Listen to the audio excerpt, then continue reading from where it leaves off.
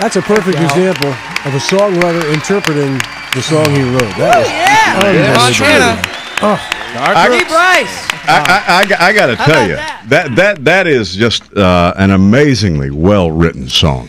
Well, I tell you what, I think sometimes songs get written better when they really are sincerely, like from a real place, and especially a place that maybe you're in, you know. Yeah.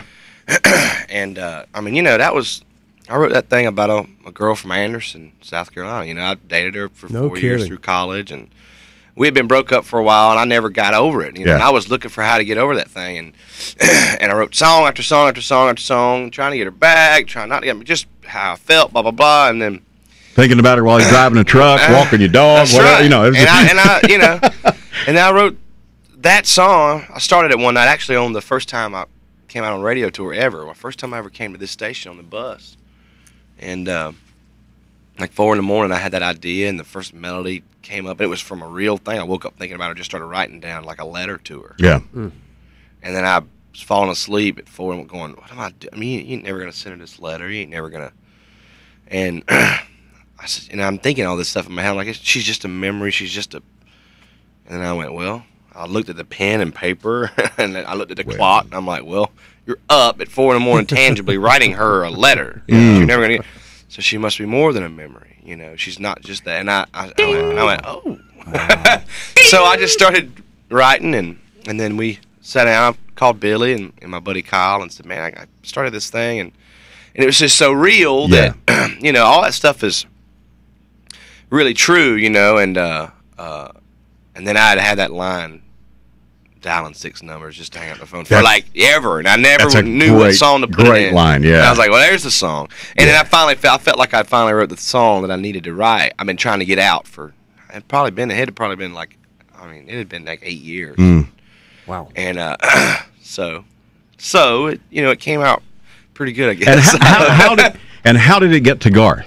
How did it go from that table to Garth? You know, within a month. I mean, my publisher, my guy that takes care of like my writing side of everything in Nashville, you know, he had just been actually just trading songs with some other publishers around town, like going, oh, hey, this is what my writers are writing.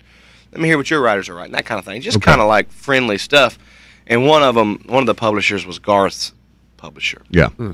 And it was funny because his publisher wants to get his songs cut. You know, he ain't getting nothing out of getting a song to Garth from some other writer that he's not a part of. Right. But yet he heard that song and said, man, can I pitch that to Garth? You know.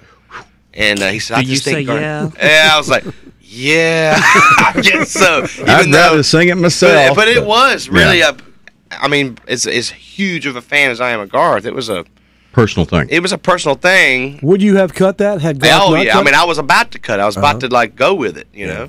Will you cut it? I think I will. Yeah, it needs to be a cut on an album. I will. In fact, I may, you know, do a thing like that.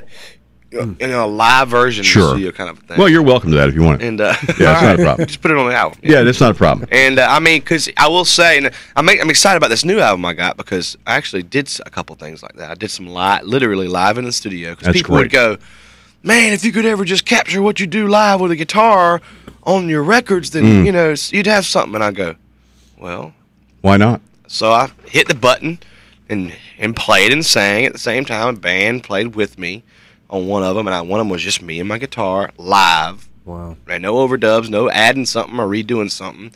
That's what you got. And it did come out just so honest on a few of the things on my record that I was like, well, this is it. So fans going to love this. So I'm excited. When's the CD out? I think it's, as of right now, I think it's April 24th. And they're excited. The label's really excited. They're not going to do a lot of pushing back and stuff like they did on the last album. But I think it really is. I think it's coming out before May, and man, I'm so excited. I can't stand it. So. Lee Brice with us with a twinkle in his eye this morning. Yes, he is. 8:33 at WEZO.